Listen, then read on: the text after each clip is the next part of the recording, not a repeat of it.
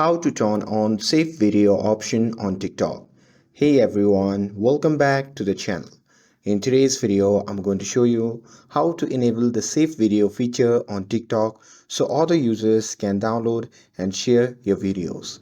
So now without further ado, let's get started. So first thing first, open the TikTok app on your phone and make sure that you're logged into your account. And now here, once you're inside the TikTok app, simply tap on the profile icon shown in the bottom right corner of the screen. And once you tap on it, you'll be prompted to the profile section. Now from here, simply tap on the three dash icon shown in the top right corner of the screen. And once you tap on it, a pop-up menu will appear. From that menu, simply tap on settings and privacy, and once you tap on it, you will be prompted to the settings and privacy section. From here, you simply have to scroll down and tap on privacy.